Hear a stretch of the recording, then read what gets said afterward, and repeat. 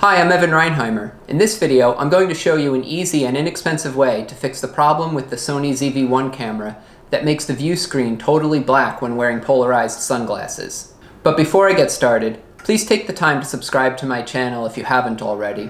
Most of the videos that I post are about my artwork and travels, and I post some help videos like this from time to time as well. Now, first of all, what exactly is the problem that I'm talking about? Well, with the new Sony ZV-1 camera, if you're wearing polarized sunglasses, like these, like I like to wear outside, when you wear them, the screen on the ZV-1 camera becomes totally black, and it's impossible to see yourself in selfie mode with the screen facing towards you. Now, I found an easy and inexpensive way to fix this using these tempered glass screen protectors that I got on Amazon. They're really inexpensive. I think it was around like $7. I'm going to put the link to this in the description of the video so you can get the exact ones that worked perfectly for me. So you see here, I'll put my sunglasses in front of the camera that's filming, and then this is the screen protector. And you see when I put the screen protector in front of the screen on the ZV-1, you can actually see the screen.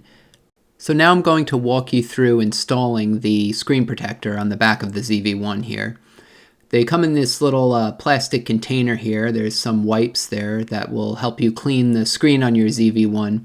It's important to clean the screen really well. You don't want any dust or fingerprints on the screen when you put your screen protector on, or else those are going to get trapped under there. The first wipe is a wet wipe that you just saw me use, and in the number 2 packet there's a dry wipe. So use the wet one first and then the dry one. And then the screen protector comes in this neat little foam sleeve there. See me pull it out? There's a sticker to indicate the back, and then there's a clear piece of plastic that pulls off the back, and the back of the glass is actually sticky, and that's the part you're going to put against the screen of the ZV-1. Again, make sure that there's no dust left on your screen. I found it best to line up the edge of the screen protector first and then place it down gently on the screen, and it will stick to it. I used the little foam envelope that it came in to push the screen on so it's nice and tight.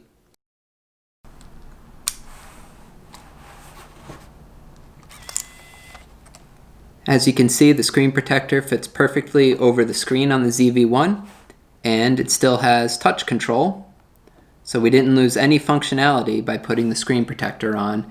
We protected our screen, and we eliminated the polarized sunglasses problem, and we still have full functionality of the touchscreen.